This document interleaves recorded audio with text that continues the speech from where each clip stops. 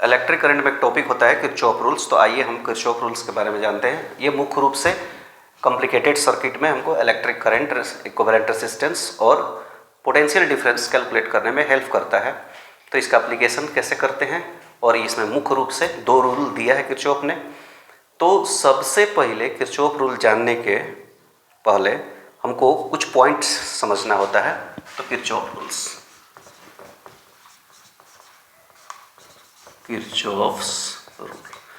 Kirchhoff rules में हमको सबसे पहला पॉइंट होता है जंक्शन। जंक्शन क्या है? जंक्शन, ठीक है। बोले किसी भी सर्किट में क्या होता है, रेसिस्टर होता है, सेल होता है, उसी का कॉम्बिनेशन होता है।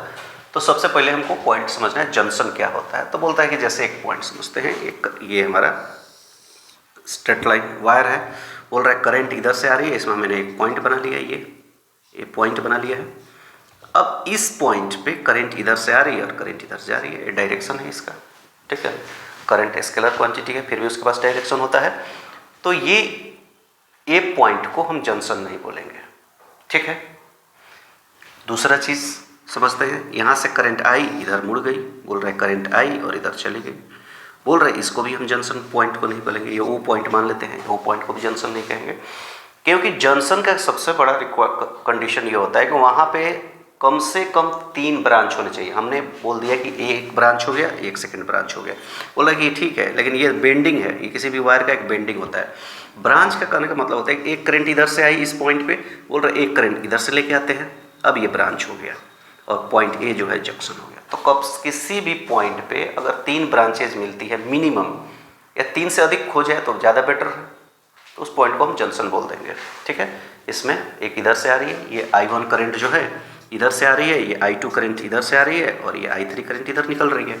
तो ये पॉइंट हमारा जंक्शन हो गया। जैसे दूसरा समझते हैं, इधर से करंट आई इस पॉइंट पे, बोल रहा है एक करंट इधर से आई, ठीक है, बोल रहा है कि ये इधर और इधर, ठीक है।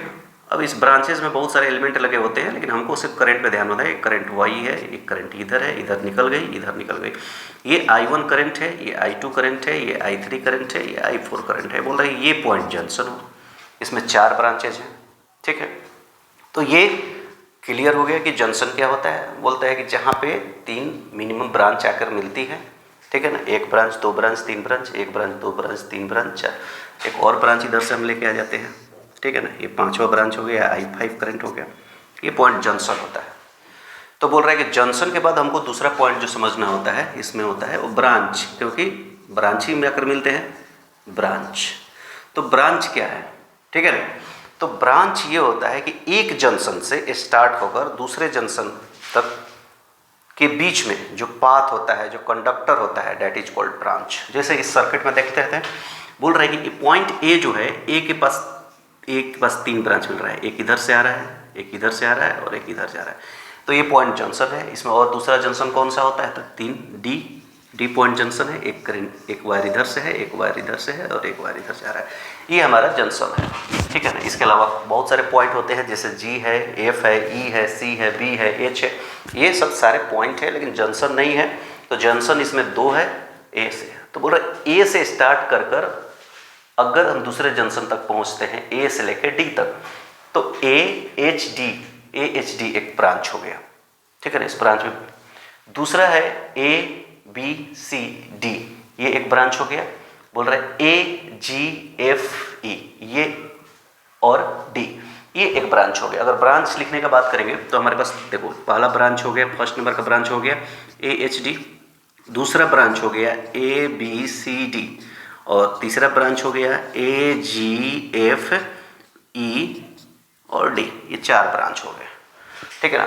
ब्रांच की खासियत होती है कि एक ब्रांच में करंट का वैल्यू सेम होता है, चाहे कितना भी उसमें एलिमेंट हो। जैसे बोल रहे हैं कि यहाँ से इस ब्रांच का बात करते हैं, उसमें एक रेसिस्टर है। इस ब्रांच का बात करते हैं, इसमें 2 रेसिस्टर है, एक सेल है। इस ब्रांच का बात करते हैं, इसमें एक सेल है, एक रेसिस्टर है, बट करंट का वैल्यू क्या होता है, सेम होता है।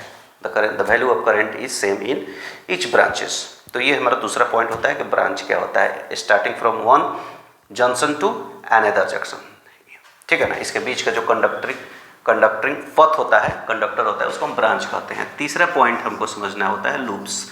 लूप्स का कहने का मतलब क्या होता है, बोल रहे क्लोज पाथ, क्या होता है लूप्स? क्लोज पथ होता है। क्लोज पथ क्या होता है? तो बोल रहे हैं कि हम जिस पॉइंट से स्टार्ट किए हैं उसी पॉइंट पे पुनः वापस आकर आ जाते हैं, that is called loops. Close पथ है। कैसे? तो बोल रहे हैं कि जैसे हम बोल रहे हैं कि हम ए से स्टार्ट करते हैं, जहाँ से जिस पॉइंट से, और अक्सर जंक्शन से स्टार्ट करते हैं क्योंकि करंट यहीं से चेंज होती है। तो बोल रहे हैं कि ए से स्टार्ट करते हुए हम बोल रहे हैं ए से हम एच पॉइंट पे गए, ए से डी पॉइंट पे गए, डी से सी बी करते हुए हम ए पे आ गए। ये हमारा एक लूप हो गया, ठीक है ना। लूप का मतलब क्लोज पथ। बोल रहे हैं कि हमने ए से चला और पूरा घूम के एक पे आया। फिर दूसरा हम इसमें लूप बोलते हैं, बोल रहे हैं A B C D E F G A. दूसरा लूप है, ऐसे चला हमने, ऐसे ऐसे ऐसे चला। बोल रहा तीसरा हम कैसे चल सकते हैं?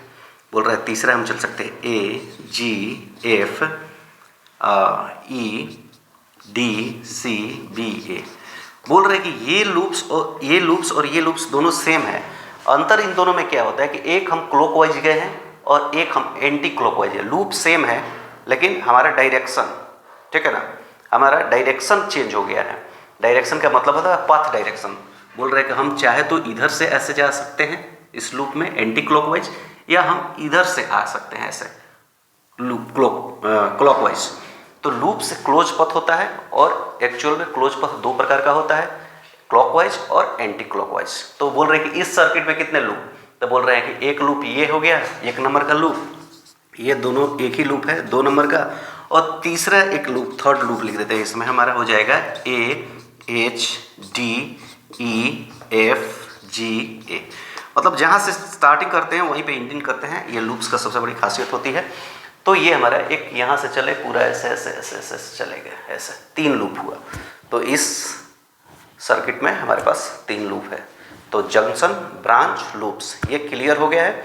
इसके बाद फोर्थ पॉइंट जो होता है वो एलिमेंट होता है। क्या होता है? एलिमेंट कहने का मतलब क्या है? तो बोल रहे हैं कि किसी भी ब्रांच में जो भी रेसिस्टर या सेल जुड़ा होता है दैट इज कॉल्ड एलिमेंट। जैसे हम पहला ब्रांच का बात करते हैं, ए एच डी एक ब्रांच है जिसमें एक रेसिस्टर है। बोल रहा है ए बी सी डी, ए एक हमारा ब्रांच है जिसमें 2 रेसिस्टर है, एक सेल है, और ए जी एफ ई इसमें एक सेल और एक रेसिस्टर। तो इस तरह से ब्रांच में जो ये जुड़े होते हैं रेसिस्टर और सेल, उसी को हम एलिमेंट कहते हैं।